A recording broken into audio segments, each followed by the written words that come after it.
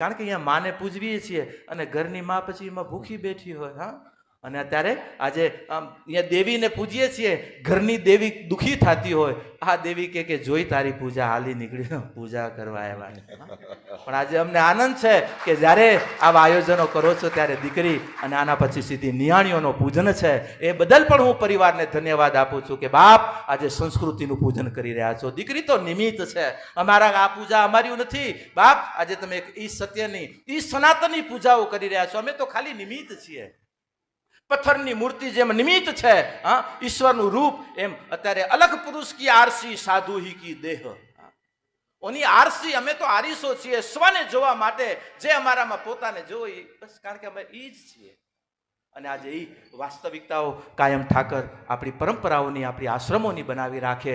અને આજે જે પરિવારો દ્વારા, આવા સ્થાનો દ્વારા અને આવી માધ્યમો દ્વારા સંસ્કૃતિનું રક્ષણ, સંસ્કૃતિનું જતન સાથે આજે આ પ્રકૃતિનું જતન માટે પણ આપણે દ્રઢીભૂત થઈએ કે પ્રકૃતિના વિકાસ માટે, પ્રકૃતિના વિનાશ માટે નહીં પણ એના વિકાસ માટે. કારણ કે અત્યારે જે કંઈ ભગવાને દીધું છે બધું મફત દઈ રહ્યો છે. અત્યારે આપણે આ સરકારનું વાપરશું ને હમણાં બિલ આવશે, હમણાં આશ્રમવાળા લઈ લેશે કે આટલું વાપર્યું છે દેજો.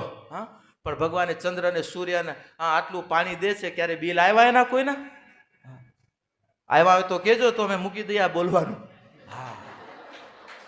હા, હમણાં પંખા ખાઈએ છીએ, હમણાં એસીયુની હવાઓ ખાઈએ છીએ, હમણાં ફરફરિયા આવશે મહિનામાં. આપણા તો હમણાં 7 દિવસ પછી જ આવી જશે. હા, પણ જ્યારે પ્રકૃતિ 6 મહિના, જ્યારે 3 મહિના ઠંડી હવા, વળી ગરમીનો એક નવી ઋતુનો ઉદય, પાછું એક વર્ષા ઋતુ, આ બધું આપે છે. પણ બાપ ક્યારે બિલ નથી માગતો. બાપ એટલું કહે છે, બસ મારો છો, મારા બનીને રહેજો, આ બધું તારા માટે છે, ઉપયોગ કરજે, ક્યારે ઉપભોગ ન કરતા, ઉપભોગ ન કરતા. માટે પ્રકૃતિના સથવારે આપણી સંસ્કૃતિનું જતન અને સંસ્કૃતિના સથવારે આપણા સ્વનું જતન. અંતે વાત સ્વ સુધી છે કે જે સ્વ, જેનું કોઈ રૂપ આકાર નથી, અને એ નિરાકાર તત્વ સુધીની જે યાત્રા આજે આ સાકાર રૂપથી, આ સાકાર ઉપાસનાઓથી જે લક્ષ્ય સુધી જઈ રહ્યા છીએ, એ લક્ષ્ય સુધી જેમ માની ધારા સતત પ્રવાહિત છે, એમ તમારી જીવનની ધારાઓમાં ભક્તિ સ્વરૂપી, જ્ઞાન સ્વરૂપી ધારાઓ કાયમ પ્રવાહિત બની રહે. ક્યારે બંધનમાં ન આવતા બાપ. સનાતન ક્યારે બંધનમાં, અને જ્યારે બંધનમાં નદી વહેતી હોય પણ જ્યારે એની બંધનમાં આવે ને ત્યારે એમાં અનેક રોગો, અનેક જીવાણુઓ, અનેક વિકૃતિઓ, અનેક ભયો પેદા થતા હોય, કારણ કે બંધન આવી ગયું. પણ જે નિર્બંધન છે એમ આપણી ઉપાસના નિર્બંધન હોવી જોઈએ. હા, બાકી બીજા કે આ કરો અને કરીએ નહીં બાપ. નારાયણના ઉપાસકો હો, નારાયણને મેળવવા માટે, નારાયણને સમજવા માટે રામને સમજવા પડશે, કૃષ્ણને સ્વીકારવા પડશે, ત્યારે નારાયણને આપણે સમજી શકશું. બાકી જે લક્ષ્મીનારાયણ કરવાથી બાપ, લક્ષ્મીનારાયણ નિરાકાર તત્વ છે.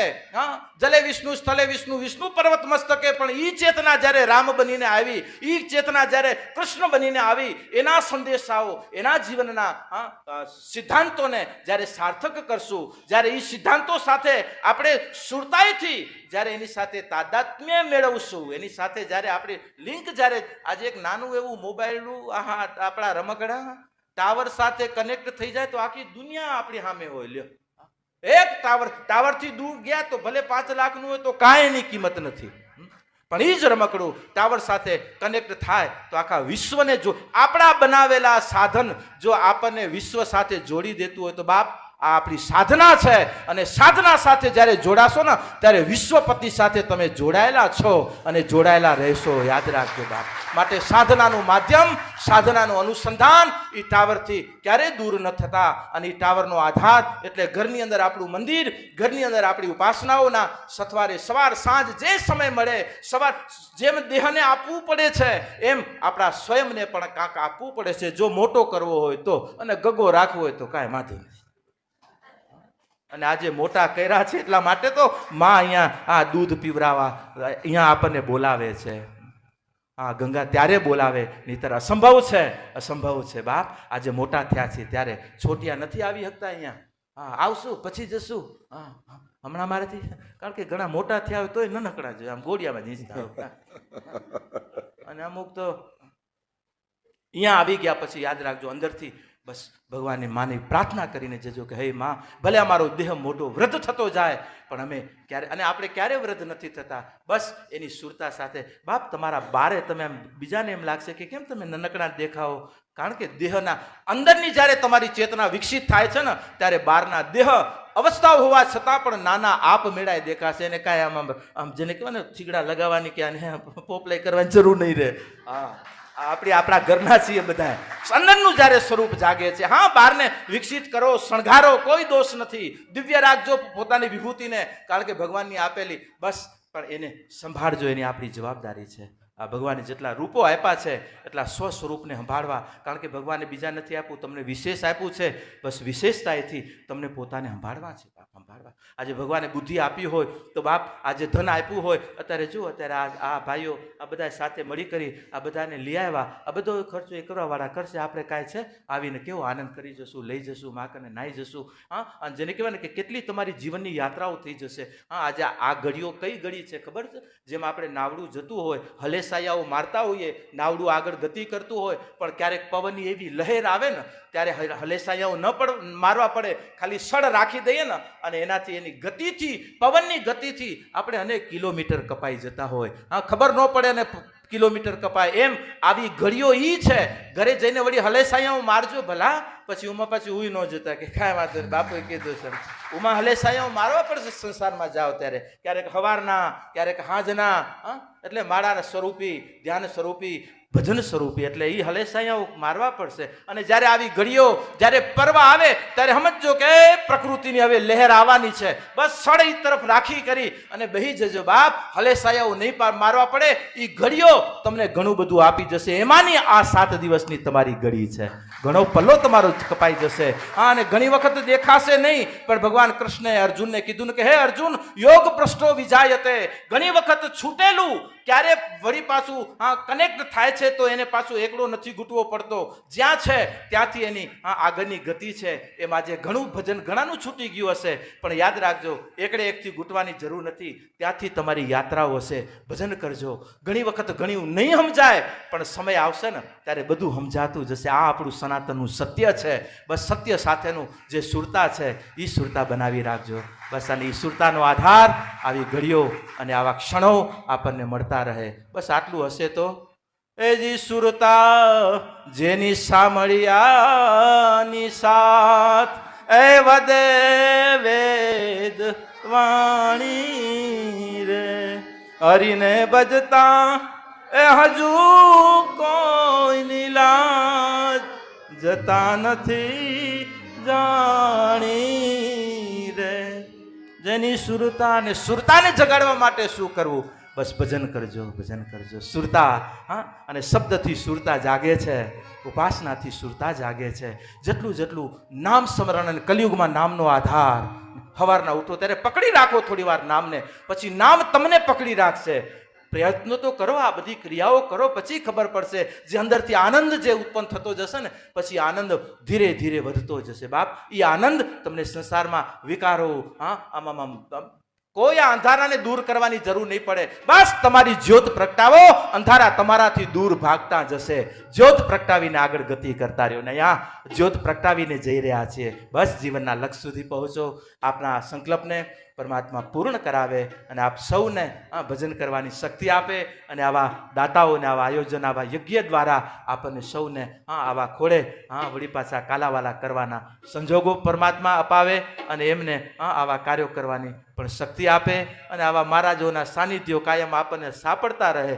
બાકી તો એમને જીવનમાં હાલવાનું જ બાપ, એમને હાલ. ચલતી ચકી દેખ કર દિયા કબીરા, રોઈ દો પાતન કે બીચ મેં સાબુત બચાના, કોઈ પણ ખીલા પકડ કર જો રહા પીસ શકે ના કોઈ, બાલ ન બાકા કર શકે ભલે સારા જગ બેરી હોય. અને ઈ ખીલો એટલે આપણો ભાગવત, ઈ ખીલો એટલે આપણો ભજન.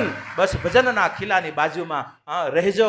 બસ આવી ઘડીઓ મળે ત્યારે એનું સાનિધ્ય કેળવજો. બાકી તો સંસારમાં જવાનું છે, આવ્યા છો, જશો ક્યાં? આવ્યા બધા જોખમાં છો બધા, તો ભાગતા નહીં. બસ જાગતા જાગતા પલા કાપવા છે. ઉપાધિઓમાં જ્યાં ત્યાં રડવા નહીં. કાના કાને જેને મૂક્યા છે ને એના ખોડામાં આવીને માથા રાખવા ને રોવા. હા, એ રોશું તો કાંક ઈ કાંક દેશે, બાકી સંસાર દઈ દઈને રૂમાલ દેશે. હમણાં જ્યાં છોકરાઓ બેઠા દીક્ષા લેવા ત્યાં જ હમણાં આ સ્મરણ થયું. તું સંસાર કને, હા, ક્યારેક હિલોડા વાતોમાં પણ જ્યારે એ વેદનાઓ કે એ પીડાઓ પછી સંસાર શું આપણને દૂર કરશે?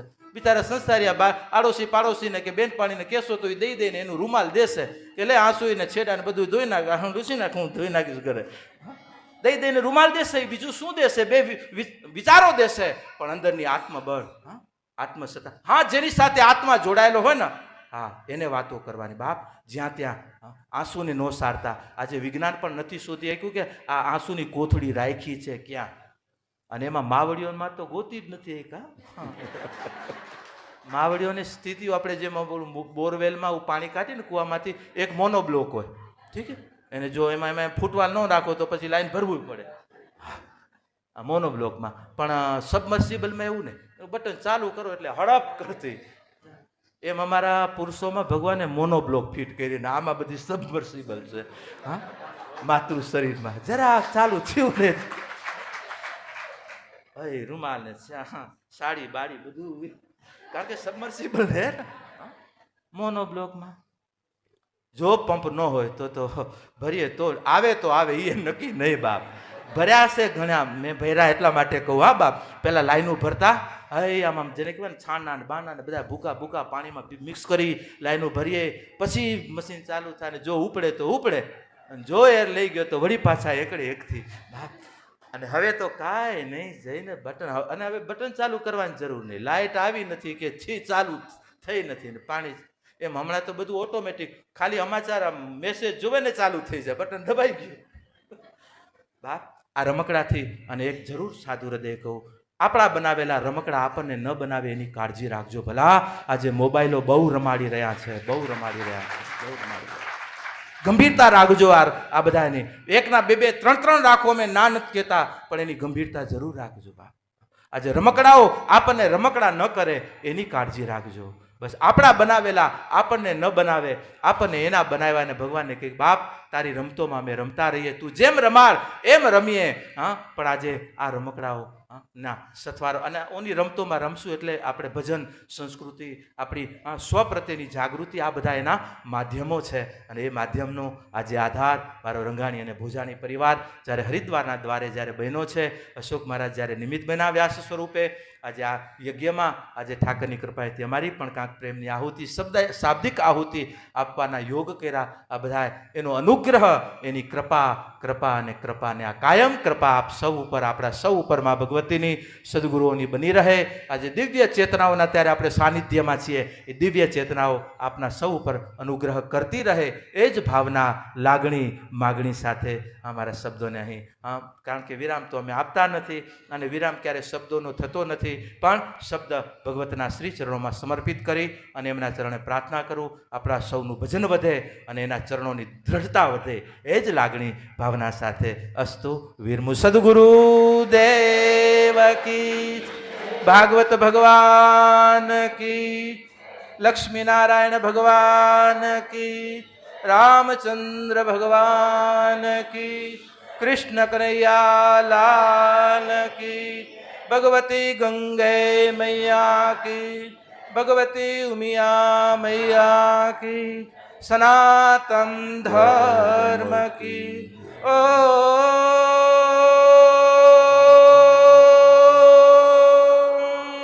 નમઃ પાર્વતી પતય હર હર મહાદેવ.